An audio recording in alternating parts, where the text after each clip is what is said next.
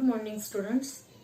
तो जिस घटक की हम शुरुआत करने वाले हैं वो है व्याकरण, क्योंकि हमारे 5 घटक पूरे हो गए हैं शायद पाठ्यक्रम के, बराबर।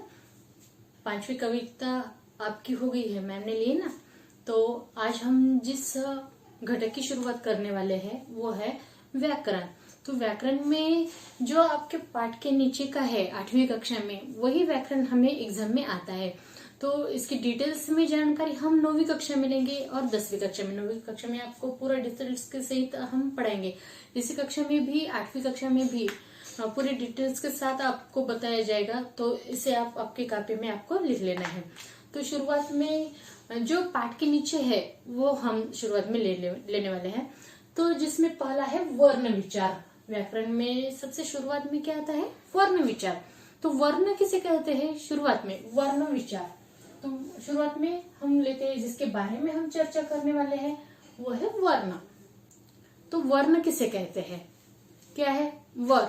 कितने प्रकार के हैं वर्ण? 3 प्रकार के। कौन से 3 प्रकार बताए?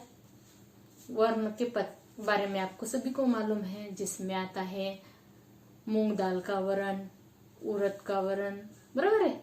नहीं, तो यहाँ पर ये मजाक की बात है। तो वर्ण की संज्ञा ये होती है कि मौखिक भाषा की मूल ध्वनियों को, मौखिक भाषा यानी क्या है? जो भाषा हम बोलते हैं, बराबर। तो मौखिक भाषा की मूल ध्वनियों को व्यक्त कराने वाले चिन्हों को, देखो मूल भाषा, जैसे हम जो भाषा हम बोलते हैं, हर दिन बोलते हैं नहीं, तो उसी भाषा को, मूल ध्वनियों को व्यक्त कराने वाले चिन्हों को, जो हम भाषा रोज बोलते हैं, उस भाषा को व्यक्त कराने वाले जो चिन्ह होते हैं, उन चिन्हों को यहाँ पर वर्ण कहते हैं। अगर ध्यान में, वर्ण किसे कहते हैं? एक बार मैं फिर से आपको इसकी संज्ञा बताती हूँ कि मौखिक ध्वनि, मौखिक भाषा जो होती है, जो हम भाषा बोलते हैं, उसे मौखिक भाषा कहते हैं। तो मौखिक भाषा की मूल ध्वनियों को व्यक्त कराने वाले चिन्हों को, मौखिक भाषा है ये जो हम बोलते हैं, और मौखिक भाषा की जो मूल ध्वनि होती है, उन मूल ध्वनियों को व्यक्त कराने वाले, जो मूल ध्वनि है, उन मूल ध्वनियों को हमें लिखना है, व्यक्त कराने हैं, और उन मूल ध्वनियों को व्यक्त कराने वाले चिन्हों को यहाँ पर वर्ण कहते हैं। आगे ध्यान में। तो वर्ण भाषा की सबसे छोटी इकाई है। तो ये जो वर्ण है, ये वर्ण भाषा की सबसे छोटी इकाई मानी जाती है। इकाई, ग्रुप, इकाई मानी जाती है। इसे टुकड़ों में विभाजित नहीं किया जाता। तो ये जो वर्ण है, इसे विभाजित नहीं किया जाता टुकड़ों में, इतने 1 2 3 4, 1 2 3 4 ऐसे टुकड़ों में इसे विभाजित नहीं किया जाता। वर्णों का प्रयोग ध्वनि के उच्चारित और लिखित रूप में होता है। तो ये जो वर्ण है, तो इस वर्णों का जो प्रयोग होता है, इसका प्रयोग लिखित और मौखिक रूप में किया जाता है। लिखित रूप में भी वर्णों का प्रयोग किया जाता है और मौखिक वर्णों में भी, लिखित रूप में भी इसका प्रयोग किया जाता है। तो देखो, अभी वर्ण की संज्ञा मैंने आपको बताई है, तो उसके बाद आता है वर्णमाला। तो वर्णमाला किसे कहते हैं? वर्ण मैंने बताया आपको, वर्ण क्या है। तो इसके बाद है वर्णमाला। तो वर्णमाला किसे कहते हैं? क्या है वर्णमाला? किसे कहते हैं वर्णमाला? भाषा की मूल ध्वनियों के क्रमबद्ध समूह को। अब यहाँ पर भाषा की जो मूल ध्वनि है, जो हम भाषा बोलते हैं, और उसकी जो महत्वपूर्ण मूल एक की ध्वनि जो होती है, उस भाषा की मूल ध्वनियों को, उसके क्रमबद्ध समूह को, भाषा की मूल ध्वनि की, भाषा की मूल ध्वनियों के क्रमबद्ध समूहों को यहाँ पर वर्णमाला कहते हैं। देखो, भाषा की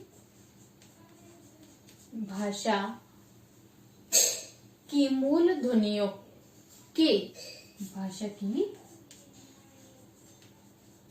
मूल ध्वनियों के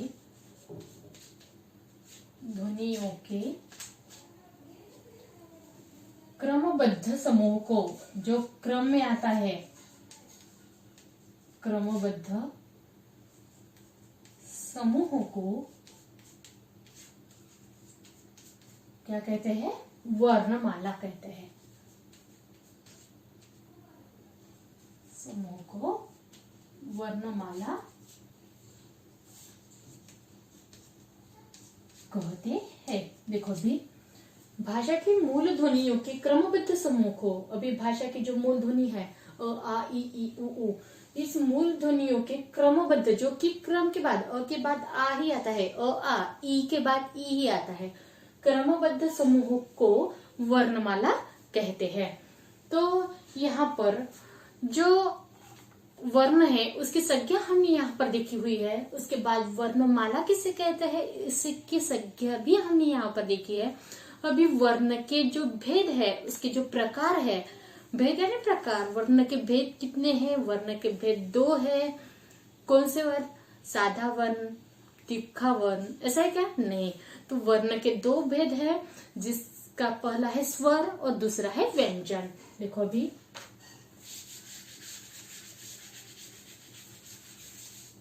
वर्ण के भेद, वर्ण के भेद कौन से है? वर्ण के भेद तो शुरुआत में 2 भेद है वर्ण के, जिसमें पहला है स्वर और दूसरा है व्यंजन। ये जो भेद है, ये वर्ण के 2 भेद है, पहला है स्वर और दूसरा है व्यंजन।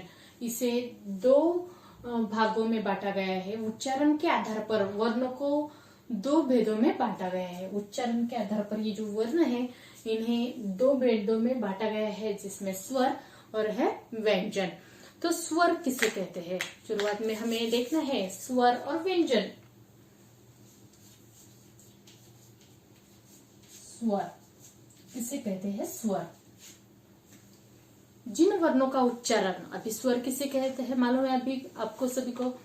तो स्वर किसे कहते हैं? जिन वर्णों का उच्चारण, देखो यहाँ पर बिना किसी अन्य वर्ण की सहायता से किया जाता है। देखो अभी जो वर्ण है, जिन वर्णों का उच्चारण हम करते हैं, जो भाषा हम बोलते हैं, जो वर्ण हम कहते हैं हमारे मुंह से, तो इस वर्ण का उच्चारण, जिस वर्णों का उच्चारण बिना किसी वर्ण की सहायता से किया जाता है, किसी वर्ण की सहायता हमने नहीं ली है, उसे कहते हैं स्वर। सहायता से स्वतंत्र रूप से होता है, उसे वर्ण स्वर कहते हैं। जैसे कि देखो अ, ये वर्ण है अ, बराबर है। जैसे कि स्वर 13 स्वर है हिंदी भाषा में।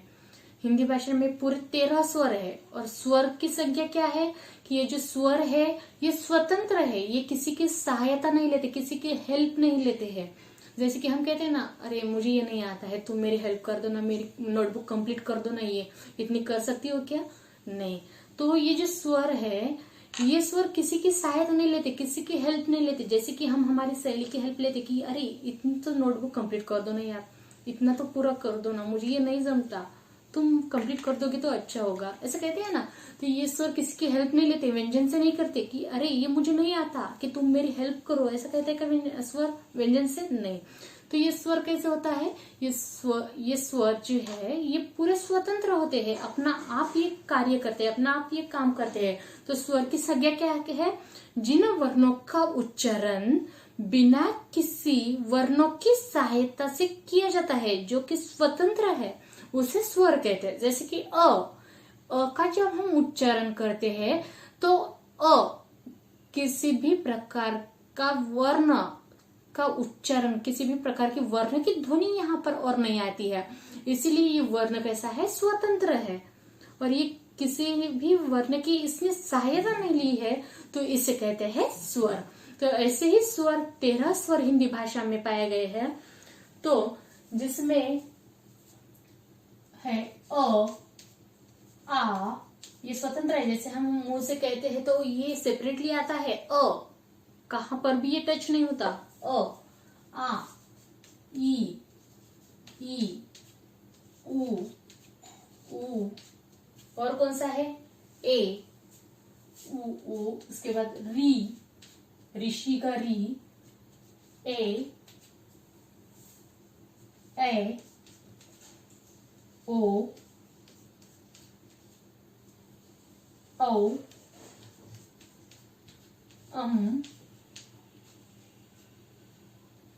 आहा। देखो 1 2 3 4 5 6 7 8 9 10 11 12 13। तो यहाँ पर ये जो वर्ण हुए हैं, ये स्वर यहाँ पर दिए हैं, ये स्वर कितने हैं? 13 स्वर है। हिंदी भाषा में पूरे कितने स्वर है? 13 स्वर यहाँ पर पाए गए हैं। 13 स्वर है जो कि स्वतंत्र पाए जाते हैं। ये वर्ण किसी भी वर्ण की और वर्ण की ये सहायता नहीं लेते हैं, इसलिए इसे स्वर कहते हैं। आगे ध्यान में, स्वर किसे कहते हैं? एक बार और मैं आपको स्वर की संख्या बताती हूँ कि जिन वर्णों का उच्चारण बिना किसी अन्य वर्णों की सहायता से स्वतंत्र रूप से होता है, ये किसी वर्ण की सहायता नहीं लेता है, ये स्वतंत्र होता है और इसलिए इसे स्वर कहते हैं। आगे ध्यान में, तो उसके बाद आता है हमारा व्यंजन।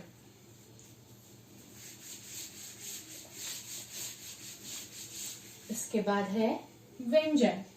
स्वर मालूम हो गए आपको, स्वर किसे कहते हैं? उसके बाद है व्यंजन। देखो एक बार स्वर बताती हूं मैं। स्वर, स्वर यानी जिन वर्णों का उच्चारण, अभी जो वर्ण हमने लिए हैं अ आ इ ई उ ऊ ए ऐ, अ आ इ ई उ ऊ री ए ऐ ओ औ आहा, ये स्वर है। और जिसका उच्चारण हम जब इसका उच्चारण करते हैं तो तालिका कंठ किसी को भी ये टच नहीं करता है, ये स्वतंत्र रूप से हम इसे बोल पाते हैं। अ कहाँ पर टच होता है? नहीं, हल्के से ये बोले जाते हैं। आ ई उ री, जैसे कि हम इसका उच्चारण करते हैं, ये कहाँ पर भी हमारी यहाँ पर जीविका इसे टच नहीं करती किसी को भी, तो ये स्वतंत्र होता है, अन्य किसी स्वर की ये सहायता नहीं लेता है, किसी वर्ण की ये सहायता नहीं लेता है, तो इसीलिए हम इसे स्वर कहते हैं। इसके बाद है व्यंजन। तो व्यंजन किसे कहते हैं? अभी व्यंजन किसे कहते हैं? जिन वर्णों का उच्चारण करते समय, जिन ध्वनियों का पूर्ण उच्चारण करते समय, अभी स्वर किसे कहते हैं? कि ये जो वर्ण होते हैं स्वर, ये वर्ण किसी अन्य वर्ण की सहायता नहीं लेते, उसे स्वर कहते हैं। तो व्यंजन यानी क्या? कि जिन वर्णों की, जिन ध्वनियों का पूर्ण उच्चारण, जिन ध्वनियों का पूर्ण उच्चारण करते समय वर्ण की, स्वरों की सहायता ली जाती है। देखो अभी व्यंजन में क्या किया जाता है? इसी व्यंजन में स्वर की सहायता ली जाती है। जो ध्वनि हम कहते हैं, इन ध्वनियों का उच्चारण जब हम करते हैं तो ये उच्चारण करते समय यहाँ पर स्वरों की सहायता ली जाती है, तो उससे कहते हैं व्यंजन कहते हैं। जैसे कि क, ये जो व्यंजन है क, तो इस व्यंजन में किसकी सहायता ली जाती है? अ की सहायता ली जाती है। देखो अ ये क्या है? और ये स्वर है और क ये आता है व्यंजन। तो जब जो क ध्वनि है, इस क ध्वनि के उच्चारण में जब स्वरों की सहायता ली जाती है तो इसे कहते हैं व्यंजन। तो क का उच्चारण जब हम करते हैं तो यहाँ पर अ की ध्वनि आती है, तो इसीलिए इसे व्यंजन कहते हैं। अ यानी स्वरों की ध्वनि यहाँ पर आती है, और ये जो व्यंजन है ये स्वरों की सहायता लेते हैं, स्वरों की हेल्प लेते हैं, स्वर की, उन्हें व्यंजन कहते हैं। हिंदी वर्णमाला में 33 व्यंजन है। देखो हिंदी वर्णमाला में कितने हैं? 33 व्यंजन है। 33 व्यंजन पाए जाते हैं। हिंदी वर्णमाला जो है, इस हिंदी वर्णमाला में 33 व्यंजन है और 13 स्वर पाए जाते हैं। तो इनके अलावा वर्णमाला में नुक्ता वाले ड और ढ वर्णों का भी समावेश है। तो इसके अलावा ये जो हिंदी वर्णमाला है, अभी 33 व्यंजन है, परंतु इनके अलावा हिंदी वर्णमाला में नुक्ता वाले ड और ढ भी व्यंजन पाए जाते हैं। ड और ढ भी वर्ण पाए जाते हैं। तो ड और ढ नुक्ता वाले क्यों कहा जाता है? क्योंकि उनके नीचे ऐसा डॉट दिया जाता है, बिंदु दिया जाता है, इसीलिए इसे नुक्ता कहते हैं। इस बिंदु को क्या कहते हैं? नुक्ता। तो 33 व्यंजनों के अलावा भी हमारे वर्णमाला में इन नुक्ता वाले ड और नुक्ता वाला ढ, ये जो वर्ण है, इनका भी समावेश हमारी वर्णमाला में, हिंदी वर्णमाला में किया जाता है। तो उसी प्रकार ढकना और ढलान की ढ ध्वनि, देखो अभी ये दोनों वर्ण ड और ढ से भिन्न है। तो ये जो ड और ढ है नुक्ता वाले, तो ये दोनों वर्ण इस ड और इस ढ से पूरे भिन्न है, अलग है। ये बिना नुक्ता वाला ढ है और ये बिना नुक्ता वाला ड है, ये नुक्ता वाला ड है और ये नुक्ता वाला ढ है। तो ये जो नुक्ता वाला ड और ढ है, ये ड और ढ इस ड और ढ से पूरी तरीके से अलग है, पूरी तरीके से ये भिन्न है। तो जैसे डमरू, जैसे कि हम फॉर एग्जांपल कहते हैं, यहां पर लेते हैं, देखो डमरू, यहां पर नुक्ता दिया जाता है क्या? डमरू। और डलिया, डलिया, ये जो दो शब्द है, देखो यहाँ पर डमरू ये शुरुआत में आता है क्योंकि यहाँ पर नुक्ता नहीं है। डलिया ये भी शुरुआत में आ गया है, यहाँ पर किसी भी प्रकार का नुक्ता नहीं दिया है। और द ध्वनि गाड़ी और बढ़ाई से, अभी देखो गाड़ी नुक्ता आ गया है और बढ़ाई,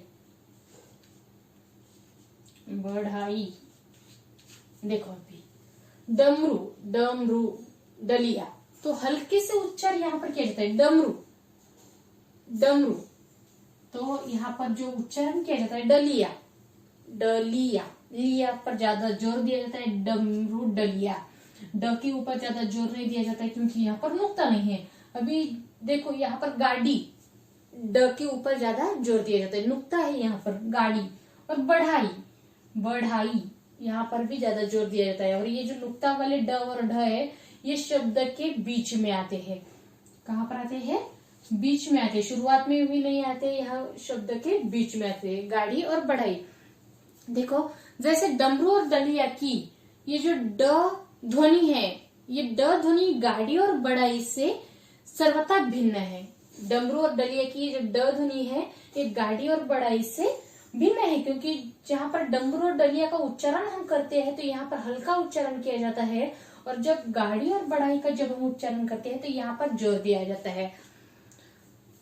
इन वर्णों का प्रयोग सदा शब्द के बीच में होता है। ये जो नुक्ता वाले ड और ढ है, इन शब्दों का जो प्रयोग है, इनका जो उपयोग है, ये शब्द के बीच में किया जाता है। शब्द होता है बढ़ाई, यहाँ पर देखो बढ़ाई के बीच में ढ आया, तो इसी प्रकार ये जो नुक्ता वाला ढ है, नुक्ता वाला ड है, इसका जो प्रयोग है, ये शब्द के बीच में इनका प्रयोग किया जाता है, इनका उपयोग किया जाता है।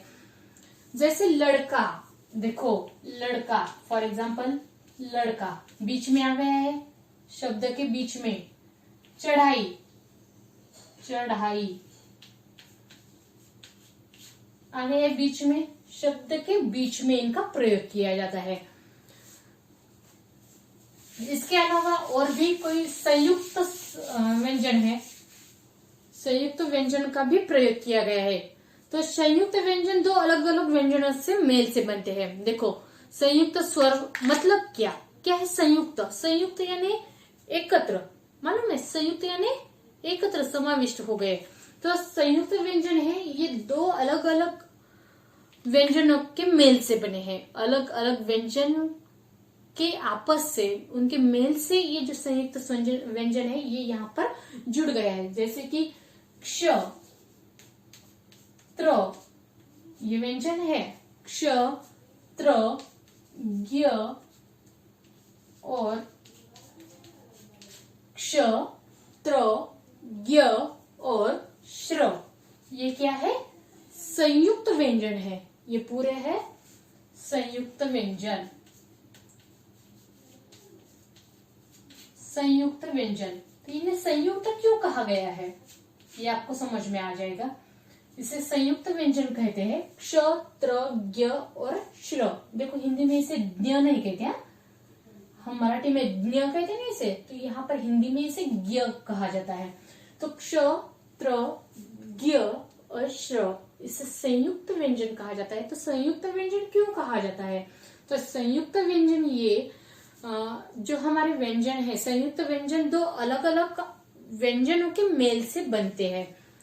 तो संयुक्त व्यंजन जैसे कि देखो कैसे अलग अलग संयुक्त व्यंजन कैसे बनते हैं, दो व्यंजन है, उन दो व्यंजनों के मेल से संयुक्त व्यंजन यहाँ पर तैयार होता है। तो जैसे कि दो व्यंजन हम यहाँ पर लेते हैं, क्ष, देखो जब हम क्ष का उच्चारण करते हैं, क्ष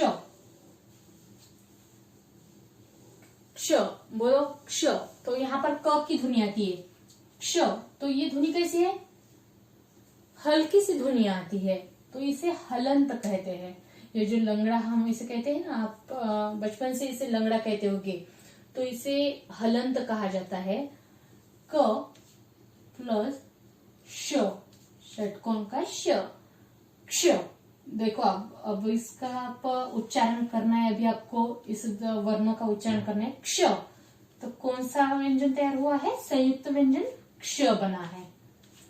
देखो ये भी व्यंजन है क, ये भी व्यंजन है श, तो क कैसा है, हलंत है, क्योंकि इसका जो उच्चारण है, इसकी ध्वनि यहाँ पर हल्के से आती है। जब हम क्ष का उच्चारण करते हैं क्ष, तो शुरुआत में क की ध्वनि हल्के से आती है, इसलिए इस क को हलंत किया जाता है और श आता है षटकोण का। तो क हलंत प्लस श, इससे एक नया संयुक्त व्यंजन तैयार हुआ है जो कि क्ष। आगे है त्र, आगे है त्र। तो इस त्र से कौन से दो व्यंजन यहाँ पर बने हुए हैं, इसके बारे में हम देखेंगे। त्र, देखो तो आता है त्र, तो ये तो कौन सा है, हलंत, त्र प्लस र, त्र। देखो अभी कौन सा बना है, त्र। आगे ध्यान में, उसके बाद ज्ञ, कौन सा है, ज्ञ, यहाँ पर है ज्ञ, तो यहाँ पर ज हलंत आता है, ज्ञ और त्र, इससे बना है ज्ञ ये व्यंजन। उसके बाद है श्र,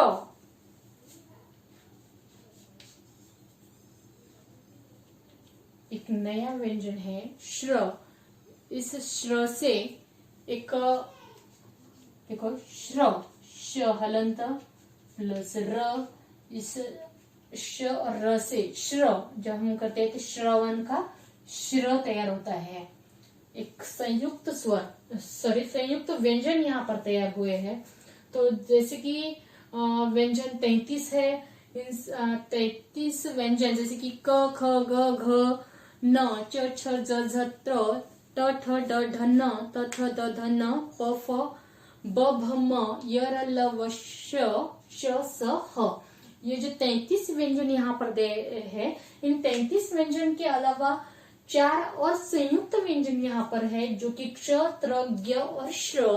इन 4 संयुक्त व्यंजन ये जो कैसे बने हुए हैं, इनके दो व्यंजन के अलग अलग व्यंजनों से, इनके मेल से जो नए संयुक्त व्यंजन बने हैं ये हमने अभी देखा है। जैसे कि क्ष, ये हलंत क और श से बना हुआ है क्ष, ये नया व्यंजन यहाँ पर तैयार हुआ है। इसका अभ्यास हमने देखा हुआ है। तो यहाँ पर हमने वर्ण की संज्ञा ली है। वर्ण किसे कहते हैं, वर्ण यानी मौखिक भाषा की जो मूल ध्वनि है, उन मूल ध्वनियों को व्यक्त कराने वाले चिन्हों को वर्ण कहते हैं। ये अभी आपको समझ में आ गया। उसके बाद वर्णमाला किसे कहते हैं, वर्णमाला भाषा की मूल ध्वनियों के क्रमबद्ध समूह को, भाषा की जो मूल ध्वनि है और इन भाषा की मूल ध्वनियों के क्रमबद्ध, जैसे कि अ आ ई क्रमबद्ध आता है। अ के बाद आ ही आता है, आ के बाद ई ही आता है और ई के बाद ई ही आता है, बड़ा ई। तो अ आ ई एक क्रमबद्ध समूह है और इस क्रमबद्ध समूह को वर्णमाला कहते हैं। उसके बाद वर्ण के दो भेद है उच्चारण के आधार पर, जो हम उच्चारण करते हैं उच्चारण के आधार पर वर्ण के दो भेद है, जिसमें पहला है स्वर, दूसरा है व्यंजन। स्वर की संज्ञा हमने देखी है कि जिन वर्णों का उच्चारण बिना किसी अन्य वर्णों की सहायता से किया जाता है, किसी भी प्रकार किसी वर्ण की वो सहायता नहीं ली जाता, उसे स्वर कहते हैं। जैसे कि अ ये स्वतंत्र है, आ ये भी स्वतंत्र है, इसने किसी भी अन्य वर्णों की सहायता नहीं ली है, इसीलिए इसे स्वर कहते हैं। उसी प्रकार व्यंजन की संज्ञा हमने ली है, जिन ध्वनियों का पूर्ण उच्चारण करते समय वो वर्ण स्वरों की सहायता लेता है, उसे व्यंजन कहते हैं। जैसे कि क का जब हम उच्चारण करते हैं तो क की ध्वनि में अ इस वर्ण का, इस स्वर की ध्वनि आती है, इसीलिए इसे व्यंजन कहते हैं, क्योंकि वो स्वरों की सहायता लेता है। जिसमें हमने अभ्यास किया हुआ है कि इसमें नुक्ता वाले ड और ढ का भी समावेश है व्यंजनों में। 33 व्यंजन है पूरे, तो इन 33 में नुक्ता वाले ड और ढ का भी समावेश है। जैसे कि डमरू और डलिया, इसकी जो डमरू और डलिया की जो ड ध्वनि है, ये बढ़िया और बढ़ाई और गाड़ी इसकी ड ध्वनि से अलग है, भिन्न है। इसका अभ्यास हमने इस तासिका में किया हुआ है। जैसे कि संयुक्त व्यंजन भी है, क्ष, त्र, ज्ञ और श्र। इस संयुक्त व्यंजन कैसे तैयार हुए हैं कि ये जो व्यंजन है, दो अलग अलग व्यंजनों के मेल से संयुक्त व्यंजन तैयार होते हैं। जैसे कि हमने देखा है क्ष, क हलंत क है प्लस षटकोण का श, इसलिए क्ष ध्वनि तैयार हुई है। तो इसी प्रकार ये जो चार संयुक्त व्यंजन है, इसका अभ्यास हमने इस तासिका में किया हुआ है। आगे व्यंजनों के साथ स्वरों का प्रयोग मात्र चिन्हों के साथ में भी किया जाता है। अभी व्यंजनों के साथ भी स्वरों का जो प्रयोग है वो उसकी मात्रा चिन्हों के साथ भी, उसके रूप में भी किया जाता है। इसका अभ्यास हम आगे की तासिका में करेंगे। तो स्वर और मात्रा, अनुस्वार, अनुनासिका, विसर्ग, इसके जो चिन्ह है, जिसके बाद वर्ण विच्छेद क्या आता है, वर्ण विच्छेद किस प्रकार से किया जाता है, ये आपको एग्जाम में आता है एक एक मार्क्स के लिए। इसका अभ्यास हम आगे की तासिका में करने वाले हैं। Thank you.